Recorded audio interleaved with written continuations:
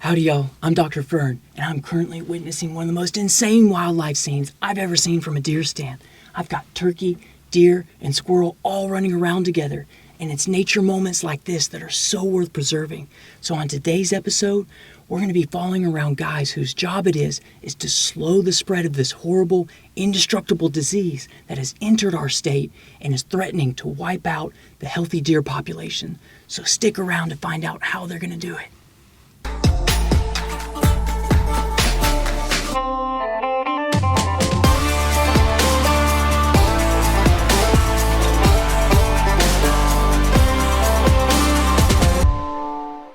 The first question I want answered is how this impacts local hunters. So has CWD gotten into your county, or is it encroaching? It hasn't gotten into our county yet, but it's coming.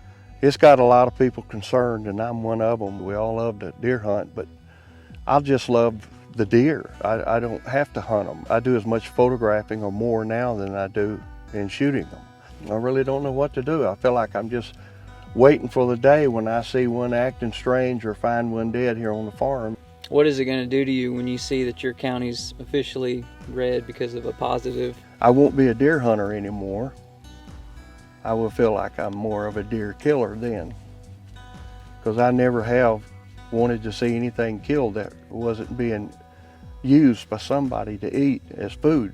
To me, it's tragic just to waste an animal just for the sake of killing it. Bringing my kids up, I told them, you know, if it's not going to be eaten, you're not going to shoot it. We've always believed that, but if it comes, you're not killing them for food anymore. You're basically killing them for mercy so they won't suffer. And that's going to be difficult to do as well, but that's what we'll have to do. Now that I know what's at stake, it's time to meet up with the folks being employed to combat this outbreak and find out what life is like working on the front line in the war against the spread of CWD. What causes chronic wasting disease is a prion. So it's a TSE disease. It's similar to most people are familiar with mad cow disease. It's transmissible spongiform encephalopathy. It's a big word. That's what that stands That's for. a $10 word. Yeah, right. So big words aside, what the heck is a prion? So a prion is an infectious protein that is created by the animal, and it spreads through the system, causing a shape change in proteins that will eventually lead to lesion formation in the brain, and that can will eventually lead to neurological issues that will ultimately cause the animal to succumb to the disease and die. Viewed under the microscope, the pink ovals are prions and the clear bubbles are missing brain cells. Zooming out, we see just how drastically prions accumulate in brain tissue over time. Is this just transmittable between deer? Chronic wasting disease is specific to the cervids, so the deer family. It's never been documented to affect any other species group, especially humans. You know. Now that I feel reassured I'm not going to get CWD today, Jeremy went on to tell me that hunters had dropped off deer to be tested, and it was up to us to pull the samples out that we'd be sending to the lab. Am I going to be able to pull out some lymph nodes today? We probably got a few back there for you. That's on my bucket list, so Okay. That's all I want for Christmas We're this going to year. check that off. What we end up with is a deer head that's meant to be sampled. So the hunter has filled out all of his information so that when this sample is sent to the lab and tested, and we can report the results. This all has to be done today? It will be done today. I ran out to Walmart and purchased me some boots because apparently we got to be careful where we step. What's that all Sure. about? We're dealing with prions, you know, and like we talked about earlier, they're different from viruses. They're not alive. They're hard as heck to get rid of. So we want to keep as much of potentially infectious material in there. Having been prepped, it's time to get my hands dirty. Just to kind of stretch the head down. You feel that Adam's apple? Right, that front edge of it is where you want to punch through with your scalpel. And then cut outward like that. Kind of like a slight V. Grab a hold of the esophagus and cut all the way through the pharynx. So I'm going to take tissue forceps, pull up on that. Grab 'em. And there's one.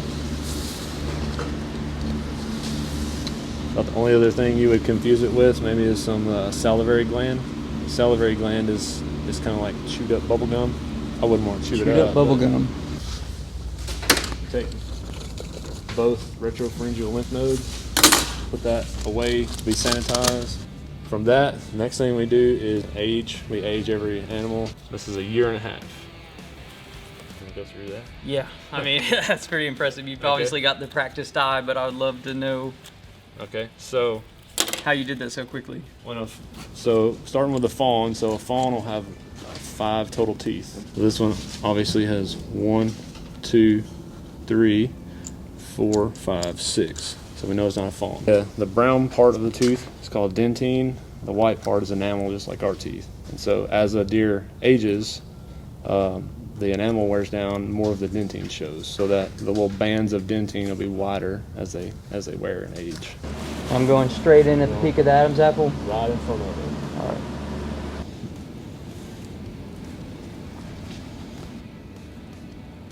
Is it okay if it has some additional tissue on it? Yeah.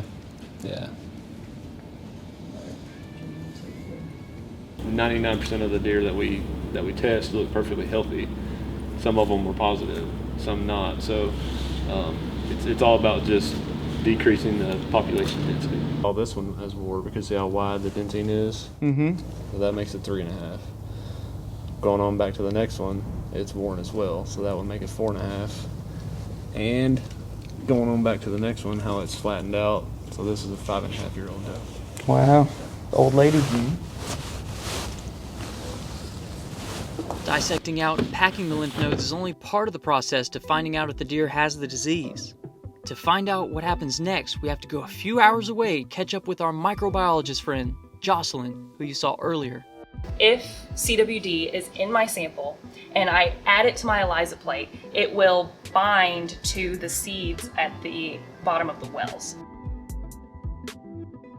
We'll see which samples are either negative or suspect. From there, the suspect samples get retested, and if they are suspect again on the retest, they go for a confirmation test that allows us to visualize the prion protein under the microscope.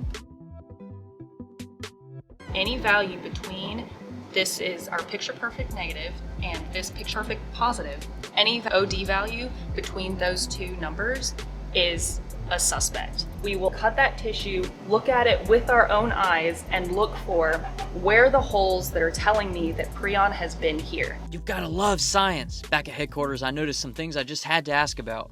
All right, Jeremy, so like all of us, we all have rack radars, and mine queued into this table over here, so Right. I've got to ask, What's the deal with this? what's the deal with this? If a hunter's going to European mount his deer, our sampling doesn't hurt that.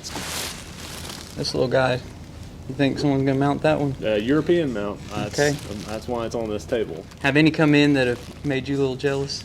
Oh sure, yeah. You'll see some that like, man, I can't believe this guy's not going to mount that deer now. All right, so these deer that get CWD, what is their fate? Basically, the number one solution would be incineration, and we're talking about like an industrial size incinerator that's capable of reaching 1830 degrees Celsius. That actually deactivates the prion. We've partnered with TDEC, Department of Environment and Conservation. We use best management practices basically to mimic what is used at a landfill, Class 1 landfill, designed to stop infectious material, prions in this case, from leaching into the groundwater. It's not the perfect solution, but it is a solution until we get an incinerator in place. Thank you for doing this, and the TWRA and all the volunteers that put all this effort in. I know the hunters and everyone else appreciates all the work y'all are doing. As I left Jeremy and his team to continue their important work, I felt encouraged that the future of the deer in the state were in competent, passionate hands. I don't know about y'all, but I am so thankful for the job that the Tennessee Wildlife Resource Agency folks are doing day in and day out to limit the spread of chronic wasting disease. Working on the wild side isn't always glamorous, but they're saving the wildlife that we love. And speaking of wildlife, I'm gonna go spend a few more hours in the deer stand. We'll see you back around here for our next adventure. What we've seen today is only a small part of what state agencies do to protect the health and integrity of local wildlife populations. The real beauty of their job is that regular folks are having a lasting, positive impact on both the lives of the animals and humans who call this place home.